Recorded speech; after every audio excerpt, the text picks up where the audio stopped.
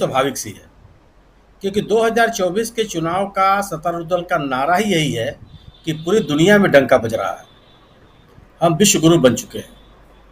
इस पूरे नारे को राहुल गांधी की इस लंदन और यूएस की यात्रा ने खोखला कर दिया। उस नेता को, जिस नेता को सत्ता प्रतिष्ठान पप्पू साबित करने में लगा हुआ है पिछले 10 सालों से, उस नेता को अगर न्यूयॉर्क टाइम्स का एडिटोरियल बोर्ड आमंत्रित करता है कि आप मेरे यहाँ आइए, हमसे बात कीजिए, तो यह सत्तारूढ़ दल की बेचैनी है।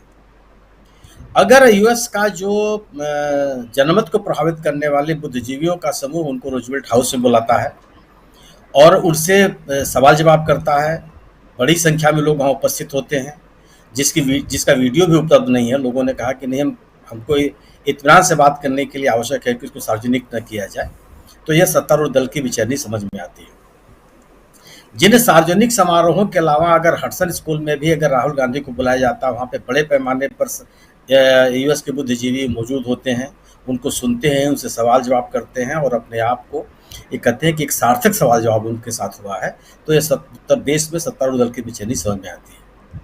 राहुल गांधी अगर इस बात पे नाराजगी व्यक्त करते हैं अपने वहाँ के आयोजकों को कि उनको अन्य शहरों में क्यों नहीं ले जाया गया, तो यह सत्तारूढ़ दल की बेचैनी समझ में आती है।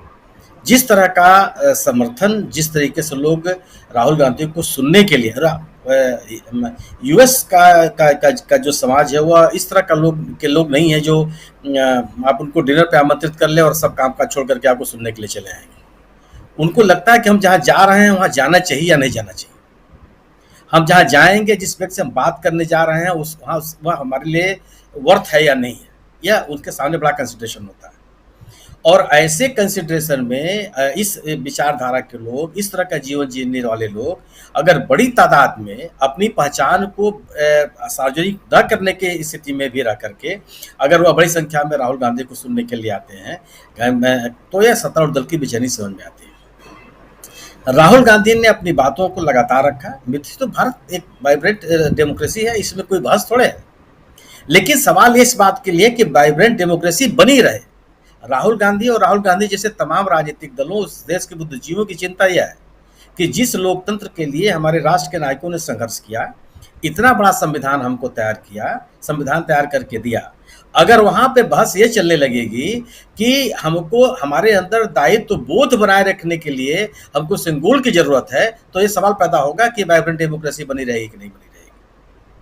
अगर जिस देश के संसद में देश के चुने हुए नेता या राजनीतिक संघर्ष किए हुए लोगों के स्थान पर तमाम कर्मकांड करने वाले विद्वानों को एकत्रित कर दिया जाएगा, तो सवाल पैदा होगा कि इस देश की डेमोक्रेसी बनी रहेगी कि नहीं बनी रहेगी, या देश की डेमोक्रेसी को बनाए रखने के लिए जो तत्व आवश्यक हैं वो तत्व कितने मजबूत हैं या तत्व कितने कमजोर हो रहे हैं।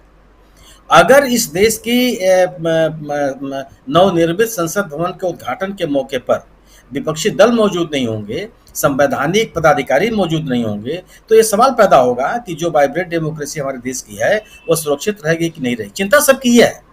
अमेरिका से या चाहे किसी भी देश से इस सर्टिफिकेट की आवश्यकता हमको नहीं है कि हम वाइब्रेंट डेमोक्रेसी है या नहीं, बिल्कुल है, और समय समय पर हमने इसको साबित किया है। तमाम सरकारों, हुकूमतों के कोशिशों के बावजूद हम सुरक्षित रहे हैं और फिर जन सहयोग से हम अपने लोकतांत्रिक मूल्यों और संस्थाओं को मजबूत करने और पुनर्स्थापित करने में कामयाब रहे हैं। लेकिन जो कमजोर करने की कोशिशें होती हैं, उन कोशिशों को कैसे रोका जाए, सवाल इस बात का है। और अमेरिका का समाज, यूएस का समाज इसी को जानना चाहता है। यूएस में वो लोग हैं जो माने भारतीय मूल के लोग हैं, बड़ी तादाद में अगर वहाँ इकट्ठे हैं, तो यह देश की हालात को लेकर के उनके मन में जो चिंताएं हैं उसको प्रकट करती है। और देखिए, प्रधानमंत्री की यात्रा और किसी विपक्षी दल की यात्रा के बीच में कोई तुलना नहीं होती।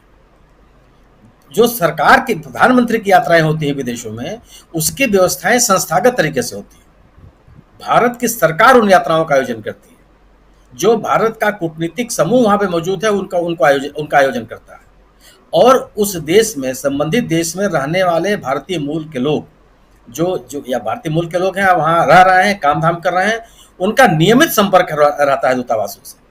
तो आप प्रधानमंत्री की यात्राओं के में जो लोग उनको सुनने के लिए आते हैं, उसकी तुलना आप एक साधारण नेता के साथ नहीं कर सकते हैं, जो अपने संसाधनों से या स्थानीय क्राउड फंडिंग से अपने अन्य संस्थाओं के मदद से इस तरह के आयोजन करते हैं।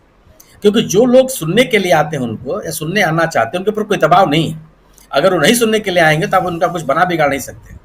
लेकिन अगर सम्मानित राजदूत का एक निवेदन आपके पास आ गया कि कल की सभा में आप आइए, और उसने अनुपस्थित कर लिया आपको, और परसों अगर आप किसी काम के लिए जाएंगे तो आपको देखेगा कि आप मेरी बात नहीं सुने थे, तो एक अलग तरह का माहौल होता है। संस्थागत तरीके से राजनयिक माध्यमों के द्वारा आयोजित कार्यक्रम और एक अन्य विपक्षी दल के नेता के लिए आयोजित कार्यक्रम, दोनों में जमीन आसमान का अंतर है। लेकिन अगर उसमें भी एक विपक्षी दल के नेता को इतनी बड़ी संख्या में भारतीय मूल के लोग, अमेरिकी नागरिक, अमेरिकी बुद्धिजीवी, मीडिया जगत के लोग अगर सुनने के लिए आ रहे हैं, तो ये महत्वपूर्ण बात है। गोया कि उस समाज में भारत को लेकर के एक तरह का विमर्श है। लोग ये जानना चाहते हैं कि वहाँ हो क्या रहा है। मतलब जिस वाशिंगटन डीसी में नेशनल प्रेस क्लब में इस देश के प्रथम प्रधानमंत्री ने प्रेस का सामना किया, और जितनी संख्या में वहाँ प्रेस वाले मौजूद थे राहुल गांधी से बात करने के लिए, आज तक कितनी यात्राएं हो चुकी हैं सम्मानित प्रधानमंत्री नरेंद्र मोदी जी की, एक बार भी नहीं गए। और नहीं, हमारे ख्याल से ये रिजवी साहब इसको कंफर्म करेंगे, हमारे ख्याल से नेशनल प्रेस क्लब में उनको आमंत्रित भी नहीं किया। और वो उनके आमंत्रणों को स्वीकार कर लेंगे कि नहीं कर लेंगे, ये एक बहस का विषय है। क्योंकि वहाँ का जो समाज है, वह समाज मूक श्रोता नहीं होता, वह मन की बात नहीं सुनता है, वह अपने दिमाग की बात करता है। उसके मन में क्या चल रहा है, वह उसका सवाल जवाब करता है। तो सामने वाले के मन में जो बात चल रही है, उन सवालों का जवाब देने के लिए आप कितना तैयार हैं, इस आधार पे आपकी उस समाज में स्वीकृति बनती है। और इस अपनी स्वीकृति को राहुल गांधी ने हासिल किया। महत्वपूर्ण बात यह है कि जिस विदेश में डंका बजने वाले की बात को भारतीय जनता पार्टी बड़े पैमाने पर फैला रही है, उस पूरे के पूरे मुहिम को राहुल गांधी की इस यात्रा ने बुरी तरह से खारिज किया है। इसलिए भारतीय जनता पार्टी के विजय नहीं है। और मुझे लगता है कि जो एक बड़ी रेखा खींच करके राहुल गांधी आ रहे हैं, ये आने वाला दिन बताएगा कि मोदी जी जा रहे हैं, वह किन किन सवालों का जवाब देते हैं, क्या और किस तरह से उस वहाँ के समाज के लोगों से वो मिलते हैं, और ये बताने की कोशिश करते हैं कि जो सवाल राहुल गांधी ने उठाए हैं वो कितने बेमानी हैं, कितने उसमें तथ्य हैं या कितने तथ्य उसमें नहीं हैं, और कितने वो बनावटी हैं। लेकिन ये सवाल जरूर है कि राहुल गांधी ने इस यात्रा के माध्यम से जो सवाल खड़े किए हैं, वो भारतीय जनता सत्तारूढ़ दल के लिए एक बड़ी चुनौती, क्योंकि जो सवाल खड़ा करती है राहुल गांधी ने, उसका जवाब इस पार्टी नहीं दे रही है। वह केवल एक ही उसका नारा है कि विदेश में जाकर के आप देश को बदनाम कर रहे हैं। एक नई तरह की परिभाषा है। सरकार की आलोचना, देश की आलोचना कैसे हो सकती है, ये तो भारतीय जो देश का सत्तारूढ़ दल है वो बता सकता है। और सरकार की आलोचना अगर आप नहीं कर सकते हैं, करने की आपको अनुमति नहीं है, करने की राजनीतिक माहौल आपके पास नहीं है, तो फिर आपको यह मानना पड़ेगा कि जो लोकतंत्र को लेकर के सवाल राहुल गांधी खड़े कर रहे हैं, उन सवालों में भी कोई ना कोई दम है। जी जी जी, बिल्कुल बिल्कुल सही कह रहे हैं आप।